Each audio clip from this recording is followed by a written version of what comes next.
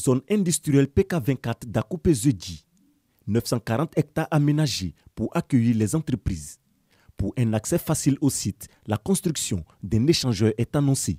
L'emplacement stratégique de la zone industrielle, vous voyez, elle est juste à côté de l'autoroute du Nord, mais elle est également traversée de part et d'autre par la Y4.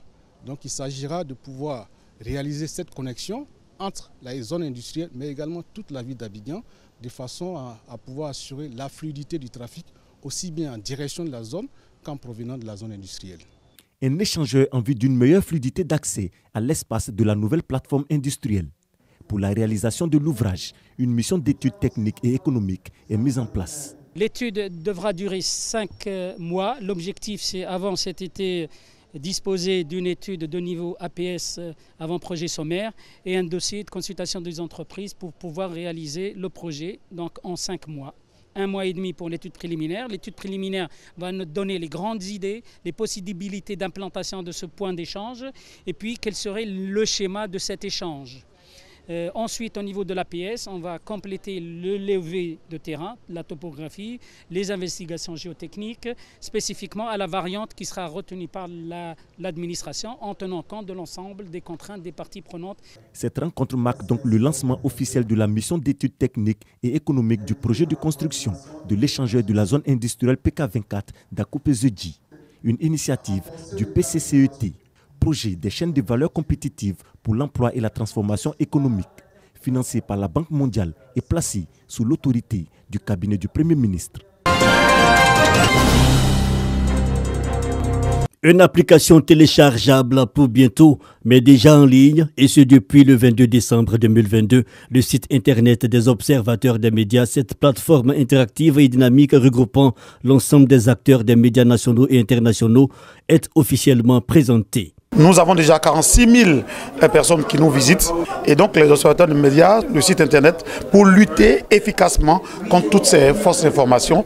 Nous avons pris toutes les dispositions, nous sommes étendus sur tout le territoire national, nous sommes représentés dans la plupart des presses et nous allons faire ce travail-là. Ce travail d'éducateur aussi de la population, mais ce travail de sensibilisation. www.observateurdesmedias.net, l'outil est une fenêtre ouverte au débat mais aussi à la visibilité des actions de développement des gouvernants. Invité spécial, le ministre-gouverneur du Bassa Sandra récemment distingué lors de la nuit de l'Ivoirien Nouveau apprécie. C'est à partir de ces plateformes-là que nous allons connaître, l'extérieur va connaître moins notre pays, parce que vous allez donner les informations.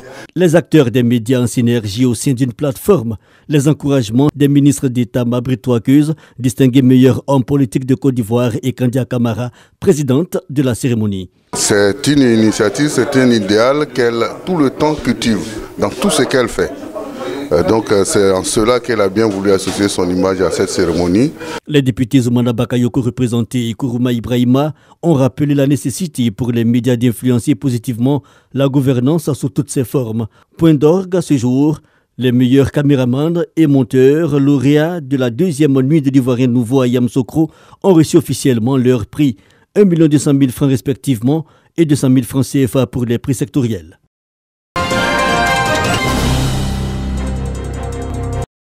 La Côte d'Ivoire va disposer bientôt de données sur le niveau de satisfaction des citoyens concernant les services délivrés dans le domaine de l'éducation et de l'inclusion financière. Une enquête nationale sera menée dans tout le pays pour en savoir davantage.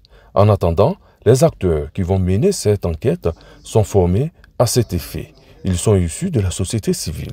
Le projet est piloté par le programme Pays de renforcement des capacités, logé au ministère de la Promotion de la bonne gouvernance et de la lutte contre la corruption. Notre pays, la Côte d'Ivoire, s'est engagé en faveur d'une gouvernance ouverte, transparente et inclusive qui place le citoyen au centre de ses préoccupations.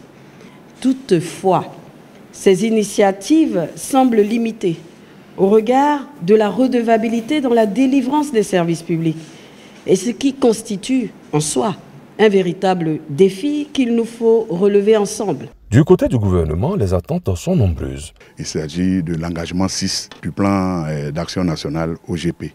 Donc c'est un engagement que le ministère a pris et que le ministère entend véritablement remplir à l'issue de cette fin d'année.